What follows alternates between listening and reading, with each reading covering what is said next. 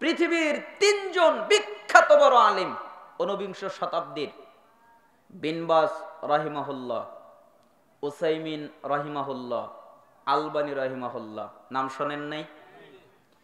এই তিনজন বড় আলেমের দুইজন, একজন হলেন বিন বাজ, আরেকজন হলেন আলবানী রাহিমাহুমুল্লাহ আজমাইন। এই দুজন, তো এই দুজনের আবার ছাত্র তো অনেক, তার ভিতরে একজন ছাত্র বিন বাজ রাহিমাহুল্লাহর কাছেও পড়েন, আলবানী রাহিমাহুল্লাহর কাছেও পড়েন। তো বিন বাজ রাহিমাহুল্লাহকে জিজ্ঞেস করলেন, ওস্তাদ শায়েখ জি, আপনি বলেন তো, রুকুর পরে উঠে হাত কি বাঁধবো নাকি হাত ছেড়ে দিব? মানে রুকু থেকে যখন উঠবো তখন কি হাত বাঁধবো নাকি হাত ছেড়ে দিব? তখন তিনি বললেন, হাত বাঁধবে, ছেড়ে দেওয়াটা অপছন্দনীয়, বাঁধবে, এটাই সুন্নাত। ছাত্র আবার চলে গেলেন আলবানী রহিমাহুল্লাহর কাছে, এবার গিয়ে বললেন, শায়েখ জি বলো, আচ্ছা বলেন তো, রুকু থেকে উঠার পরে হাত রফুল ইয়াদাইন করার পরে বাঁধবো নাকি ছেড়ে দিব? তখন আলবানী রহিমাহুল্লাহ শব্দটাকে বাড়িয়ে দিয়ে বললেন, রুকুর পরে হাত বাঁধা বিদাত, ছেড়ে দেওয়া সুন্নাত। ওইদিকে বিন বাজ রাহিমাহুল্লাহ বলেছেন বাঁধা সুন্নাত, আর এদিকে আলবানী রাহিমাহুল্লাহ বলছেন বাঁধা বিদাত। ছাত্র দুইজনের কাছ থেকে কয় রকম ফতোয়া পেলেন? দুই রকম। ওই ছাত্রটা আবার দৌড়ে বিন বাজ রাহিমাহুল্লাহর কাছে আসলেন, ওস্তাদ জি, আপনি যে বললেন রুকুর পরে উঠে হাত বাঁধতে হবে, তো দলিল দেন। আমি যে হাতটা বাঁধবো আপনি দলিল দেন। দেখেন তাহলে কি রকম ছাত্র, এত বড়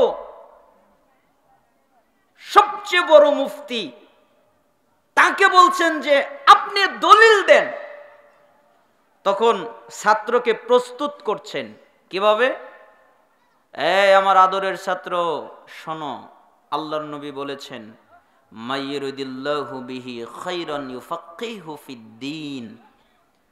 আল্লাহ যার কল্যাণ চান, আল্লাহ যার মঙ্গল চান, আল্লাহ যার ভালো চান, তাকে দ্বীনের ফিক বুঝ, সঠিক বুঝ দান করেন। আমরা অনুবাদ করি, আল্লাহ যার ভালো চান তাকে জ্ঞান দান করেন, ভুল অনুবাদ। আল্লাহ যার কল্যাণ চান তাকে ফিক দান করেন, বুঝ দান করেন। একটা হাদিসের সঠিক বুঝ আল্লাহ তাকেই দান করেন আল্লাহ যার কল্যাণ চান। জ্ঞানের পাশাপাশি কি দান করেন? বুঝ দান করেন, ফিক দান করেন। তখন তিনি বললেন, শোনো, ওই হাদিস রাসূল সাল্লাল্লাহু আলাইহি সাল্লাম বলেছেন, লোকেরা দাঁড়ানো অবস্থায় বাম হাতের উপরে ডান হাত রাখবে। এবার তুমি বলো, রুকু থেকে উঠে তুমি কি অবস্থায় থাকো? না, রুকু থেকে উঠে তো আমি দাঁড়িয়েই থাকি।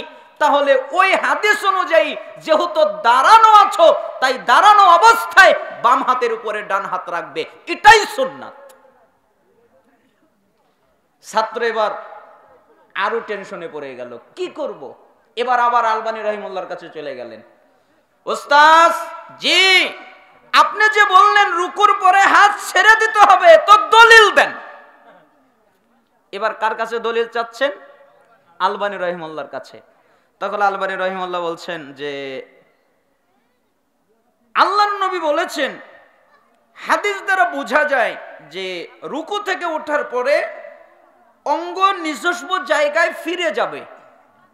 তো হাত বাঁধলে তো আর ফিরে যায় না, তাই হাতটা ছেড়ে দিতে হবে, ছেড়ে দিলে নিজস্ব জায়গায় ফিরে যাবে, এটা। তখন ছাত্র চিন্তা করে কি করব, হাত কি বাঁধবো নাকি হাত ছাড়বো? এবার তিনি বললেন, যেহেতু বিন বাজ রাহিমাহুল্লাহ গ্র্যান্ড মুফতি, সবচেয়ে বড় মুফতি, আবার তার কাছেই যাওয়া হোক। এবার আবার ঘুরে তার কাছে গেলেন, গিয়ে বলতেছেন, ওস্তাদ জি, মুহাদ্দিস, হাদিসের মুহাদ্দিস আলবানী রাহিমাহুল্লাহ উত্তর দিয়েছেন যে অঙ্গ নিজস্ব জায়গায় ফিরে যাবে, তার মানে হাত বাঁধা যাবে না। তখন বিন বাজ রাহিমাহুল্লাহ বললেন, আলবানী রহিমাহুল্লাহ যেই হাদিস দিয়ে দলিল দিয়েছেন ওই হাদিস সহিহ নয়। এবার বললেন ধরলাম উনি যেহেতু মুহাদ্দিস মানুষ, হাদিসের উপরে জয়ীফ সহিহ হুকুম লাগানোর ক্ষমতা তার আছে, ধরলাম এই হাদিসটা তার কাছে সঠিক, কিন্তু এই হাদিস তার পক্ষের দলিল নয়, এটা আমার পক্ষেরই দলিল। আপনার পক্ষের দলিল কিভাবে হলো? ওই যে উনি যে বললেন যে অঙ্গ পূর্বের জায়গায় ফিরে যাবে, তে তুমি বলো রুকুর আগে তোমার হাত কোথায় ছিল?